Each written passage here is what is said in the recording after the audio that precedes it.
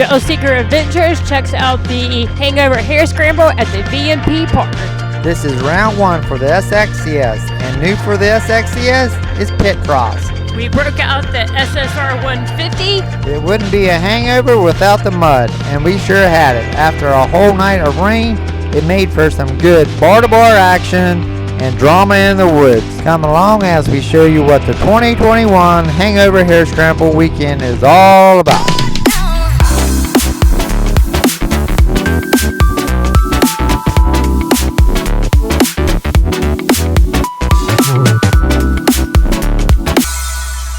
Sweetie, we're almost there. Yeah. Are you excited? Yeah. I think your head's okay. Look at it. Sorry. So, sweetie, we're almost there. Oh, I think it was okay. Are you excited about racing the Beta 300? Yeah. Yeah? We'll see. Great. Is it going to be muddy? As usual. But at least it's not snowing. True. Do you like mud? Yeah. So, what's your predictions? You winning? I'm going to do my best. Yeah. What about you? I'm winning. Cool. Unless I wreck and break something. Oh. On me or I mean, my bike. then our season would be over pretty quickly. Don't put it past me. Uh-oh. Here. The lady said we're here. There's no sign. What happened to the sign? I mean, Oh, can't take here, that. get the Hangover Hare Scramble. I'm assuming I'm getting it. Right. Wait, is this going to go in? Yeah. We're not used to seeing people. Don't need us. Are you sure this is how we get running? This is it, sweetie.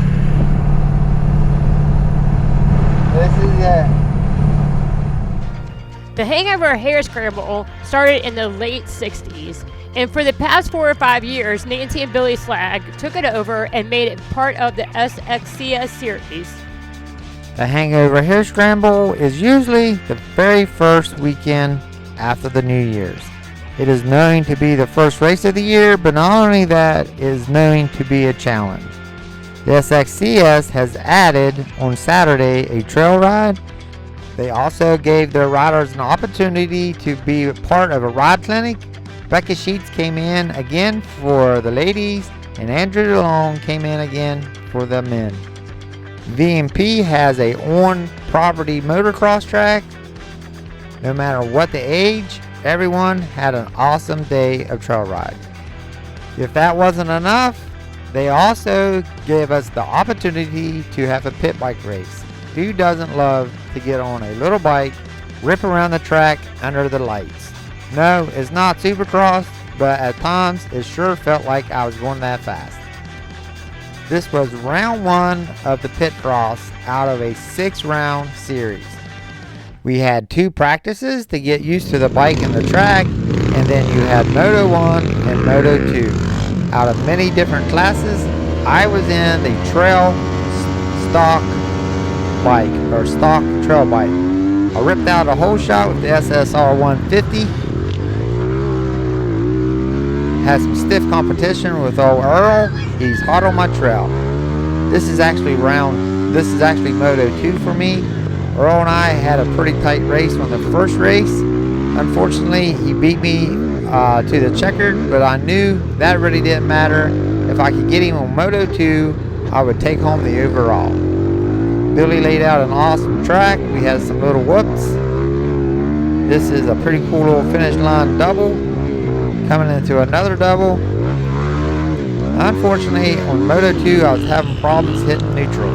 I don't know if I was getting overly excited or if there's a problem with the bike. But I hit neutral several times, and you don't give T-Bone Earl opportunity to get ahead of you because he is no slouch.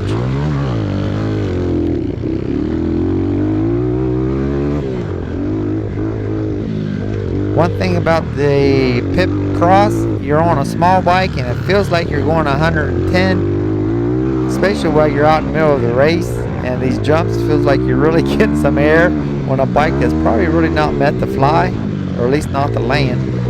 But here I hit neutral, didn't have no power to pull around and turn, fall over, lose another position. Another guy's right on my tail, and now I've got some work to do just to even try to finish second. But yeah, I watched a video of Bobby Joe's, and it looks like I'm barely moving around here, but whenever you're on the bike, it feels like you're really ripping. I had this sweet little outside line right here. You was able to carry your speed out around and cut on to the inside, and I think that's the only way I could get around this guy. But all in all, the pit bike race was an absolutely blast. Can't wait till the next one. Although I got a little work on the SSR 150 to get ready for old Earl. You look out, Earl, I'm coming to get you.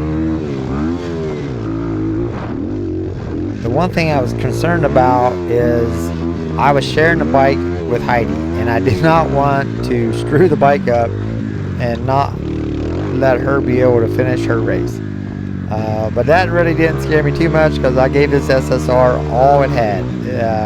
The sand that went through the rear brake pads, we had no brake pads, but I mean it still had brakes, but not the best. It was missing, you couldn't lug it. This guy, you can see he's really twisting the throttle on his, but it was missing. I was hitting neutral and it had no rear brakes, but I had an absolutely great time. And Heidi is next to come out. As I hit the finish line jump, throw a whip with a backflip, not really, but yeah, had an awesome time.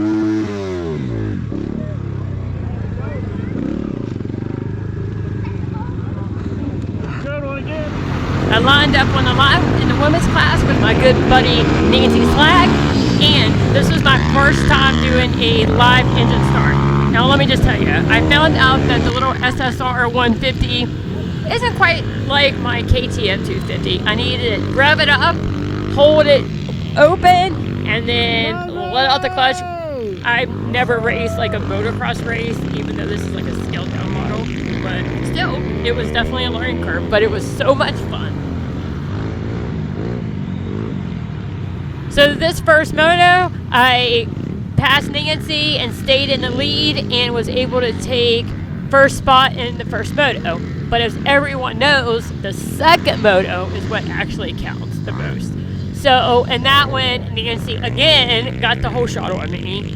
And then I believe I passed her, and then I ended up stalling because, again, third gear is not the same on a SSR. It's a nail biter. But I was able to gather myself up, make the pass pretty much on the last part of the last lap, and took first place, baby. We are going to take this thing for the next 5 rounds and see who comes out with the championship. All right, ladies, how did you like your first pit bike ride? Man, it was awesome. A blast. Good time. It was a nail biter. It was a nail biter. It was best race of the evening. Oh, yeah. I mean, better than Squirrel. You want to come back and do it again? Oh, yeah. Oh, yeah. So now it's Sunday, race day, and it rained and rained and rained and rained the night before. And as you can see, the 50s did get out on the track. They did what they could, and now it's also the youth race. As you can see, this is the main starting area, which was itself was a challenge. Just get from the start to the woods. But the kids had a blast. They was out ripping in the woods. I didn't get a lot of the video that I would like to have gotten. I was out on the trails helping kids get their bikes back to their trucks. But everybody that I've seen had a smile on their face. And for some odd reason, the kids love playing in the mud. I'll get him. Good. Here go, Joe. Let's get you off the track real quick.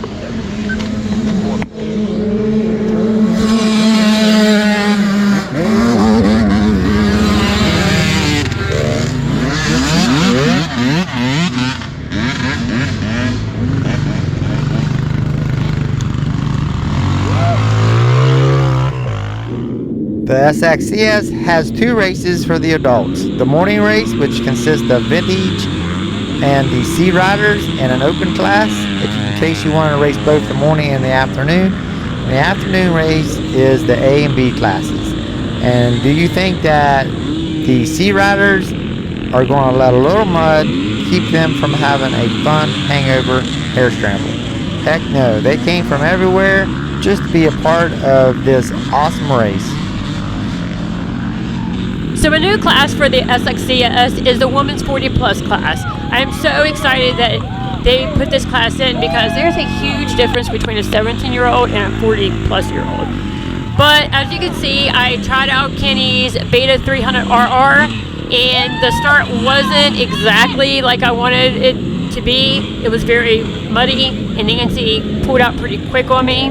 I was able to pass her in the woods, then got stuck behind somebody, and then I think I passed her, and then eventually I did make it to the finish line and was able to take home the win. But I just wanted to give a shout out to the 300RR. It was a tank and went great in the mud. Kenny put a fan on it, so I guess I wouldn't blow it up, which I'm sure it went on several times. But for me, this was a race to kind of see what people were doing in front of me, and then I would pick the opposite line because a lot of times people were up to their seat in mud. So I was definitely trying to avoid that. It was a fun track, it was challenging, and I definitely can't wait to the next one. As I said earlier, you have many classes to pick from. And one of them is the vintage class. And my good friend Christian, he had broke his neck last year and actually was paralyzed for a short period of time. He's back out here on his Yamaha 125. I believe that's maybe, I don't know. Good job, buddy! It's a vintage bike. But he's back out here making laps, and it's so good to see him back out here. If you watch my videos, you've seen him battle with me many times. But it's time for me to get back and get ready for my race, the afternoon, which is the A and B. Heidi ran the morning race with the women 40 plus class, and I'm going to be running the 40A class. I'm going to get as much video as I can, but it's pretty nasty out here. So 4:30. It looks good now. But to be honest with you, Heidi didn't get the 300 too bad, but she's made it back, and I'm very proud of her. So we'll see how this goes. Now it's the time I've been waiting for all weekend. It's the afternoon race. I'm already getting muddy. I haven't even moved. I didn't want to get my new bike dirty. I didn't want somebody else to get my new bike dirty. I wanted to be the one to get it dirty. But I'm running the 48 class in the afternoon at the SXCS. It rained all night, obviously. The trail is absolutely awesome. I love the mud. I'm ready to see how this old 430 fires up, which is not very fast. That's something I got to get worked on, but I ripped out through here, and in case you haven't noticed, it is very soupy. Last thing I want to do is go down in the first turn. This is Morgan. We've battled a few times. As you can see, I'm not following. I'm hitting a different rut, so I can have an opportunity to get around him. And this guy in front of me is Andrew Dodge. I don't think I've ever raced against this guy before, but I can already tell that he's going to be pretty fast. So basically the idea of this whole race is to get to the front, so that way you know how fast you have to manage your race, not get stuck in a hole and make the dumb mistake that I usually do on the first lap. So I have raced this race, or at least this section of the track, on the GP. Was it the GP? Yeah, the GP. I have a video on that also. Check it out. But by the way, we are Trail Seeker Adventures. We don't only just show you some race video, we also give you the entire weekend of events. And we also try to go to ride parks that let you know what they have to offer. And that way you have the information before you even get off the couch and load your bike. And you don't have to waste your time going to try something that you're not even sure what it's all about. Just watch our channel. We will go through different race series. This is the SXCS. Hangover Hare Scramble. In case you don't know, they also do a GP part of their series, and also they do the sprint cross. So there's 3 different disciplines of woods riding that you have an opportunity to come out and try. I prefer this, the Hangover Hare Scramble. It's always challenging. It's a 2-hour race, although I believe this one's going to be cut down a little bit due to the conditions, and the staff sure had their hands full trying to make sure that everybody had a good event, but not only had a good event, but was able to get their bikes out of the woods after they broke down or whatever. And then they also had to do a lot of course changing as a spot would get messed up. Like I'm got messed up right here. Andrew got a little screwed up also. Unfortunately, I was not close enough to him at that time to take advantage of it. But he goes left, I go right. That gives me the opportunity to get around him, but that won't be the last time you've seen Andrew. But back to the SXCS series. Throughout the year, you have opportunities to try different types of discipline of wood racing. If you've never ran in the woods and you just want to get your foot wet in it, the GP is definitely a good way to do it. You do 2 30-minute motos. Usually the track's not as long and not as technical. That way you can come in, take a break, talk to your friends. It's a lot like a motocross format. But then also you have sprint cross. Sprint cross is even a shorter course, but you have the enduro and you have the cross test. Cross test is usually like a field section, a lot of turns, sometimes motocross. But then also you have the enduro, which is usually out in the woods. You do a lap of each, depends on what class you run. It will determine how many laps you get to go out. Right here, I'll suck down in this rut. When you do something like that on one lap, you need to remember it for the next lap, because most likely that is not going to be a rut that you want to get into next rut. But the idea is to do some cross rutting. That right there was a cross rut, where you go from the inside, go clear across all the ruts to the outside. You'll see me doing this a lot today. We're back out here on the motocross track. We're getting ready to come into a well-known problem area for the morning race. Unfortunately, I knew it was a problem, but I never even went over and looked at it. I should have, with all the noise that I heard over here, people stuck. I come around, I try to avoid this guy here in the middle. Thought I could carry my momentum. Didn't realize there was a rock ledge right there. So I threw my bike to the top, because the last thing you want to do is to get down in that soupy mud with no momentum and be stuck there for a long time. So the idea was to get the bike picked up a little bit, and here's where the beta came handy. I tried to push the button to get it started to help push it on up on top of the hill.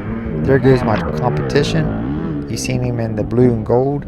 It's funny that he's wearing the blue and gold, which West Virginia is known for their blue and gold. So I know what to look out for. But my back tire fell down off the rock, and the last thing I wanted to do is try to push this thing up this hill. But unfortunately, that's what I ended up doing. Got it started, let the bike help do some of the work, jumped back on the thing, and now I got somebody to go chase down. Can't make it easy. I definitely cannot make it easy. So on this video, I'm pretty much going to do the entire first lap. That way everybody can see what a lap at the Hangover was all about. And then after that, I'll just hit some highlights, anything that I see that might be beneficial to you.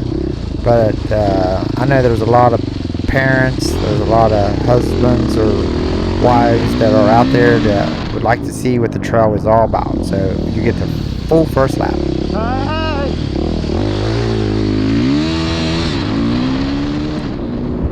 I thought for sure this blacktop was going to be pretty slick, but I was surprised how much traction it actually had. But if this is your first time watching Trail Seeker Adventures, Make sure you subscribe to our channel. That helps us know that we're doing something that's beneficial to the riders that watch our channel. That's what we are all about. We just want you all to find a trail out there somewhere for you, and I'm just hoping that we can help you find it. Just check out Trail Seeker Adventures on YouTube and make sure you subscribe to our channel. Right there, I kind of made a bad mistake. I followed this guy. Typically, the inside line in a turn is better than the outside line. Now, here's something I want to show y'all. Don't ever follow the main trail. Go left, right, cross rut. Make sure you keep your eyes well ahead of where you're going. You got to know where you're going before you can get there. So I'm going cross rutting. I'm going left to right. You don't always have to do this, but this is obviously a bad location that you don't want to get out there in those ruts. It may only be 6 inches wide, but it could be 3 feet deep. Unfortunately, my competition, or fortunately for me, but right here's Andrew on the left. He went through the main line and found out that it was deep. And that's exactly what I'm trying to avoid. Now, we're back up here on some good ground, and now you can stay on the main course and try to make up some time. Definitely going through the brush is not the fastest way to get through the woods, but it's the safest way to get through the woods. I've ran many mud races, and the one thing you don't want to be is stuck in the mud, because these things are absolutely impossible to get out of a hole that has sucked it up. As you'll see a few of them throughout this race where their front wheel is pointing to the sky. Had a little mishap there. Back up. That's one thing. The beta is definitely lighter. I feel it. I feel the lightness. It's not, to be honest with you, at the end of this race they did cut it a little short. I could have went and done a couple more laps. It was a long weekend, but surprisingly for me, as lazy as I've been this past week, or this past winter, I had broke my collarbone last year, and I was even lazy after that. Came out for a race or two after that, and other than that, I really haven't been doing what I normally do. But for as bad as the track conditions was, I was feeling awesome on this beta.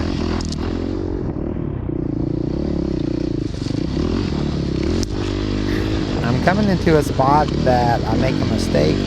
I get around this guy and I get dedicated to a rut. It looks good here so far. I turn, should have went left, but I thought I could cut through the middle here. And now you're in water, you have no idea. Whenever you hit that, you want to hit it hard. As I was saying, it was only about 6 inches wide, but that was about 2 feet deep with a big old rut right in the middle of it. So if you come in there easy, you're not going to make it through there. But number two, you need to remember that. So the next time you come around, to avoid that area. Sometimes you get committed to a rut and there's just no way you can get out of it.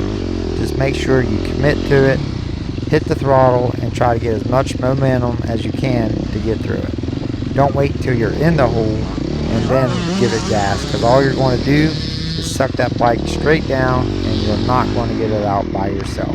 You'll be sitting there waiting for AW to come around and look at you mean and wonder why you did something stupid. If you like our graphic kits on our bikes, make sure you check out Limited Decal. They do all our work and they do an awesome job. We work together. We have a discount code called Trail Seeker. Just give them a call or check out their email or send them an email, and they can customize your bike graphics no matter what type of bike you have, what color you want. Just check out Limited Decal, email them or give them a call for 25% off. Yep, there I go, popping a few tear-offs, making sure you guys got a good front row seat, because I am having a blast. I want to make sure you don't miss not one turn of it. The soil here is pretty sandy. This has not been ran as much as some of the track. Actually, I don't think we're even there yet. I think the morning race, the morning race did run this also. So in spots it held up pretty well. It's just in those wet, soupy spots. whenever you put on a race, you just don't know what the weekend's going to bring. But put on a race in the middle of January, you definitely don't know what to look out for. You just hope for your best. I'd much rather be out here in the mud flopping around and then it being 13 degrees and my fingers freezing off.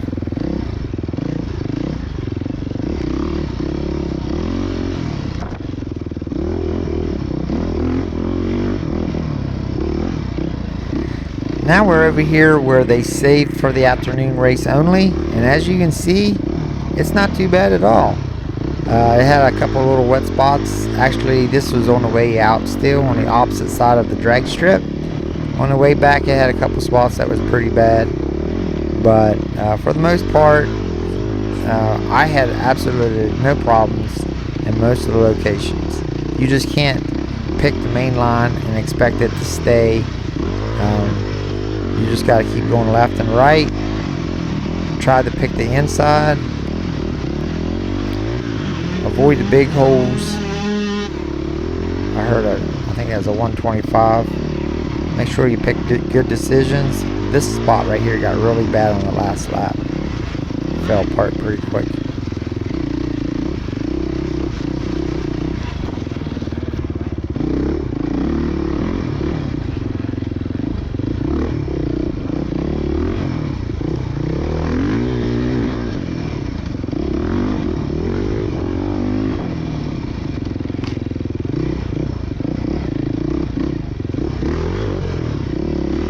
So as you can tell, I picked my speed up a little bit. The 430 is starting to bark a little louder, and that's because I don't have to be as cautious. The 430 will go as fast as I want it to go, but whenever I come to a location that I need to check it out, it'll let me go as slow as I need to go. It has really good lug down power. I haven't done absolutely nothing to this thing other than bark busters and a drafting kit. And I did put on some new Michelin tires. It's the soft, and they are hooking up awesome. Anywhere I point this thing, it reacts right away. The front end felt really planted. Traction was not a problem for the Michelins on this Beta 430. But this back section, it was a blast. You was able to twist the throttle a little more. I popped another tear off. I'm surprised that camera is not out of tear offs yet. I was wanting to make sure that you had a good clear. Sometimes there's a dot of mud that gets right in the middle of it, and you rub it and it doesn't come off, and it's a little frustrating when you go back. One thing you want to do is make sure you keep your front end light as possible in these muddy sections. Like on the start, you see how soupy and muddy it was. You want your body weight back towards the back to keep as much traction on the rear wheel, and you want to keep that front wheel as light as possible so it doesn't go diving into a deep hole. In order to keep your front wheel light, you have to be back and on the gas. When you're on the gas, it's also going to keep your tire clean. It's a tough thing, you know, when you're a beginner. Like right here, I get on the gas, get the front end up, because that could have been 2 feet deep, but if you just come in and don't get the front end up, it could put you over the bars. This corner out here got pretty soupy. I think I took the inside the first lap, but then as the race went, you could tell the inside line right here, I believe. Yeah, I took the inside line the first lap, but as the race went out, longer and longer each lap, it got worse and worse, so you just kept getting wider and wider. But momentum is tough for a beginner because you're afraid to mess up, but the slower you go, you're going back and forth. You can't keep the bike straight. In order to keep that bike straight, you have to keep that momentum up. Keep the traction on the rear tire. Keep that front wheel moving. Not that I did very good there. Most of this I'm keeping on the main track. The first lap wasn't too bad at all back here, but on the next few laps I'll show you how bad the track kind of fell apart. Make sure you stay till the end of the video. This is a muddy, soupy section. You're back on your fender. Keep the front end light. But the next, right here, I'll pull over. I was so afraid that I've been known to forget to push the record button. I stopped. I actually stopped, checked to make sure the GoPro was on. This was a different race for me. You'll see here later. I stopped and I waited what seemed to be 2 laps for somebody to get out of my way before I moved. I never do that. That's coming up also. That's, I think, actually on the next lap.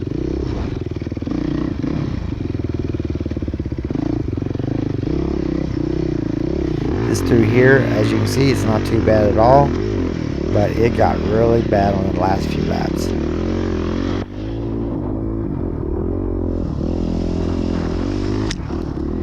A couple different lines right there.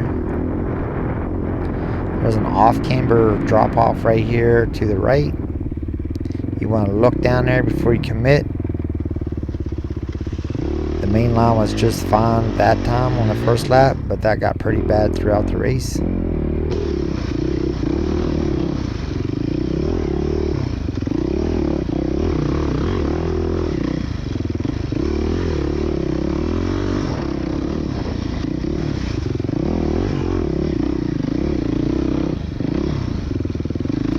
I don't always pick the fastest line, but I try to pick the safest line.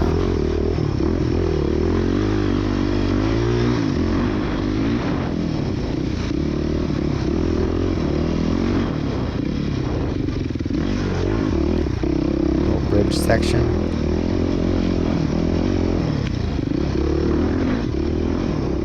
We're back over here where the morning and the youth raced, so you'll see that it's a little more tore up. Doing a little cross-rutting. Now the thing about doing cross-rutting is you got to keep your momentum. You can't go across the rut slow and expect to get across it. You got to keep your speed up. That obviously looks like a bad line. I'm not following him through there. I come around, I see my options. This looks like the best one. Stay close to the edge if you can. Believe it or not, that line, this line right here, I did every time. Far from the left, go far to the right, back and forth. I'm not the best at being in ruts, but I'm pretty good at avoiding ruts. So right here, I think I do hit the main rut here to the left. That is not a good option the next lap. Now we're back out here in the soupy stuff. We're going to get back on the seat. Get on the gas. The thing you got to think about, even if I went down right here in this mud, it's not going to hurt too bad. It looks pretty soft. You don't want to hit that fence though. We're back to the end of the drag strip. Too low traffic. Back on the blacktop. What is this?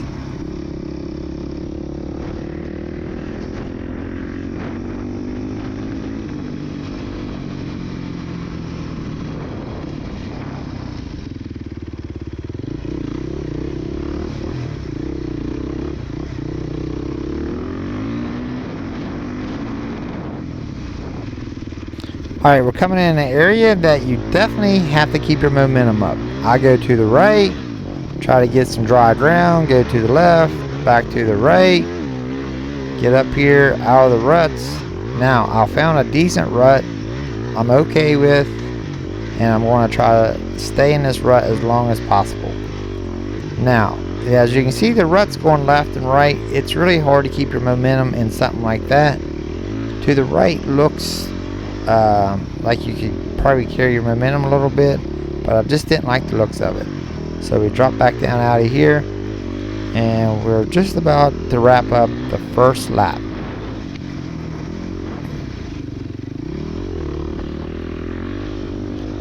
We're out here close to the pit side pitting, or the trackside pitting, and you definitely got to look good coming through here, because this is where people is looking at you. If you can go slow anywhere else, but you can't be slow in front of all the spectators. Usually that's where I crash. And usually probably why I'm crashing, because I'm trying to look fast. I never look fast.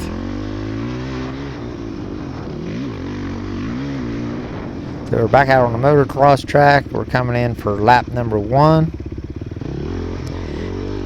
Billy and the crew had close to a 10-mile loop laid out before the rain came, but unfortunately they laid out, I think, like 3 or 4 laps out across this bean field, which was absolutely awesome the day before, but they weren't even able to use any of it.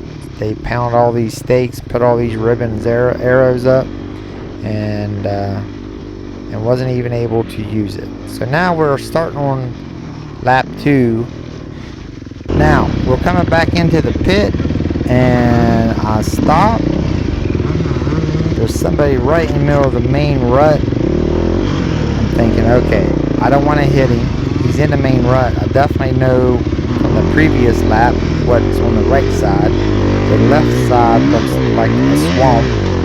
There's a rut right there to the right. I think I can do it, but I probably would take a chance at hitting him. And this is not typical Kenny Hawkins. I normally do not stop. I do not wait.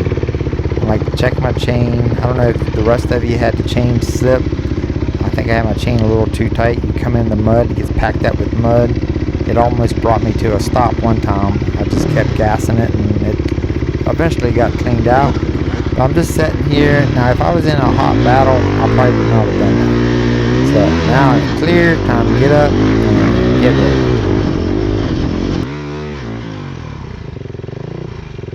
ready. Here I got stuck in a rut, and they did a course change. And unfortunately, I was in the rut, and it took me a little while to get the bike out of the rut. That's nothing on their, it's not their fault. I just should have been looking ahead a little more, and instead of looking at the rut, I was should have been looking. So here's one of the options you can do, is try to find some ground that hasn't been ran. You see the arrows there? Typically you want to stay, the rule is you got to stay 25 feet from an arrow, unless you're in a bottleneck. If you're in a bottleneck, you're allowed to get off the main course, but as soon as you get around the bottleneck, you need to get back onto the main course as soon as possible. And I don't remember ever seeing it stated in a rule book anywhere, but I'm pretty sure it's pretty much the same when it comes to a mudder. If you come to a hole, you got arrows through the middle of the hole. They don't expect you to run through the middle of, like, say, this hole right here. I'm not running through the middle of that. I'm going to go over here and find as solid ground as I can. You don't see no arrows around, but the track keeps getting pushed further and further and further. You just got to get back to the track as soon as you're around the obstacle. So I kind of treat it the same as a bottleneck, even though there was nobody there. The course marshals do not want you to go through the middle of the hole and be stuck for them to have to pull you out.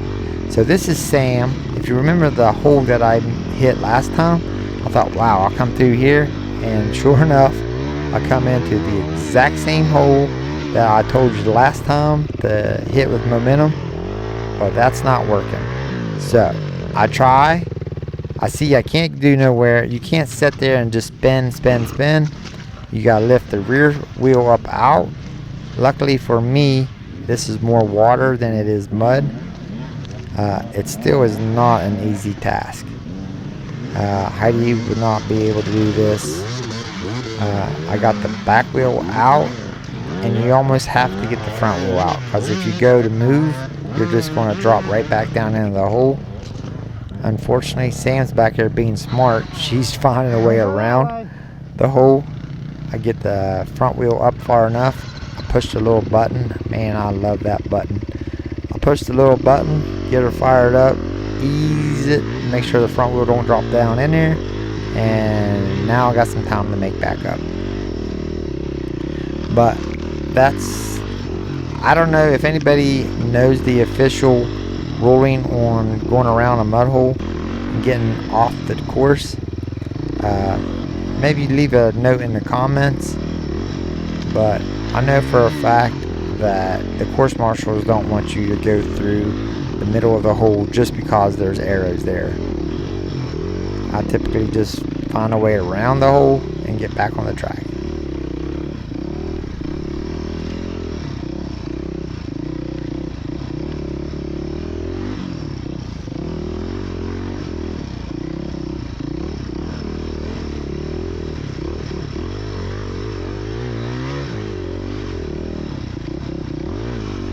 I'm being a little overly cautious, obviously. Some of this doesn't look that bad, but I'd much rather be overly cautious in some of these areas than be stuck in the middle of the hole somewhere.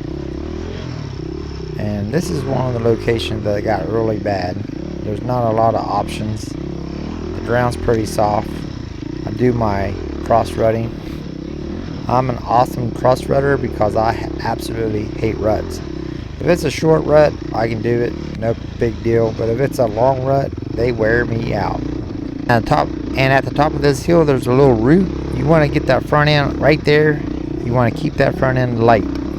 That's how you can keep those roots from taking your front wheel out. As soon as you see it, you want to hit your brakes. And here you want to go, like, see how I did the inside line right there? Just because there's a rut right there in the middle of the track doesn't mean you have to hit it.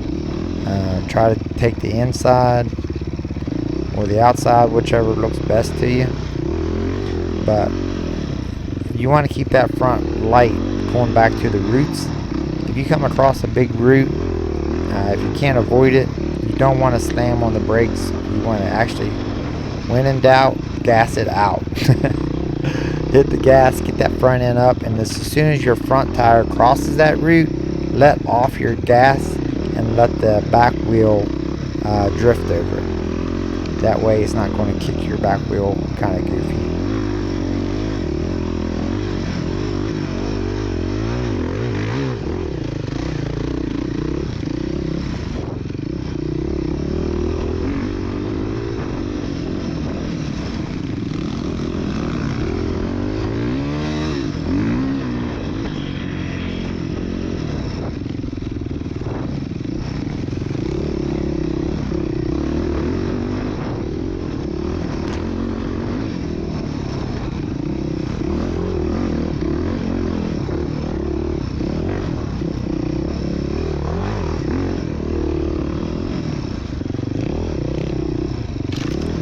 Coming down another bad section. Morgan's here on the left with her bike pointing to the stars.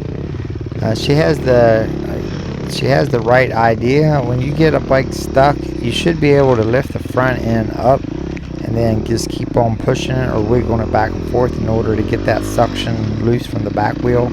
But she just wasn't able to do it. I talked to her after the race, and she had to wait there until a course marshal came around and got her unstuck, but she was able to complete the lap.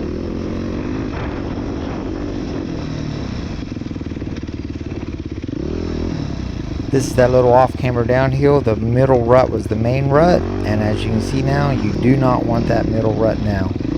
So each lap, it's a different track. Here's where I go left to right. I go left to right. Hit some good ground.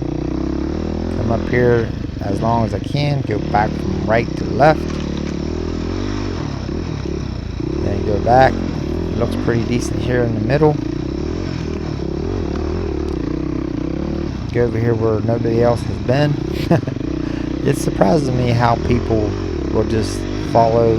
Somebody will go into a rut and get stuck, and somebody will follow them right into the same rut. Here I go from left back to right, and back to left. In case you don't get the point, and here I think I go back to left, to back to the right. In case can't get the idea, the theme of the video is cross rut. Look here. See, I cross from the right side of the rut to the left side of the rut. To be honest with you, these ruts were probably 2-3 feet deep. I very easily could have went across all of them. Finishing up lap 2. Heidi's over here with my gas can. I got a stock tank on this thing. This is my first race with this bike. Not sure if I'm able to do a full 2 hours yet. Cutting the race short. Do you even need gas? You want gas just in case? Let's just go ahead. Because I think they're only doing an hour race. Did you know that? No. That's Earl. throw it in He's here the one that just beat in me at on the pit bike race. I haven't seen it. That's but- just the way the motorcycle world is. My GoPro your one. competition on race day, but friends Blinking. on the next day. We all look out after each other. It's a big family. Back to doing some cross rutting. That's the name of the game for me in a mud race. Earl moved up to the pro class. Unfortunately for him, he got a flat tire and the tire completely came off the rim. So he wasn't able to, I don't even think he got a lap in. But one thing you may have noticed, there's not a lot of traffic. It's pretty lonely out here on the old Hangover course. The morning race, as you can see, it was bumper to bumper. But the afternoon race, we keep moving pretty good. A couple guys, you know, you see people like this stuck every now and again. But there's really nobody in your way. The course was made wide enough to be able to make passes. That's all in the track design. I know Billy and AW knew it was going to be a wet one, so they try to make it as wide as possible. But we're back out here. This rut that I hit the first lap, you had to avoid it. Just made a mental note, cross rut right over top of it. And down here in the field, cross rut, get real close to the tree, just not that close. Go to the right,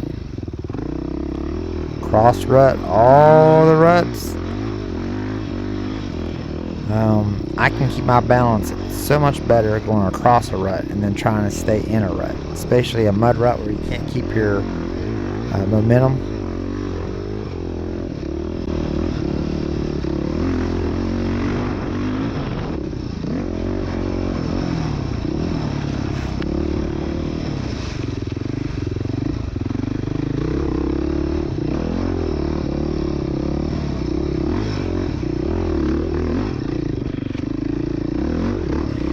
Coming to that bad hole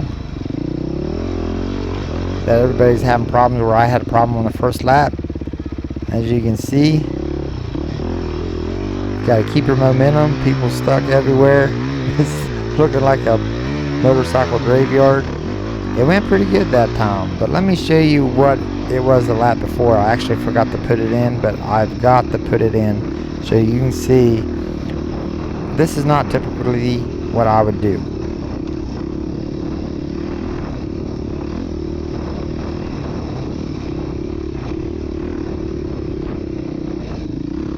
Well, if you're still watching this video, you must really like motorcycle videos. We don't want to be just a motorcycle video. We want to be able to teach and learn from our video. We want you to be able to watch it, find somewhere to go ride a trail. Here, I'll show you how to do a cross rut. To the left, from the left to the right, right to the left, and then hit the gas. But we hope to show you or help you to find a trail that is suitable for you, whether it's a race event. The SXCS has many opportunities for you to be able to get that bike out of the garage, shine it up a little bit, bring it to the track, even if you just want to go out and do a trail ride.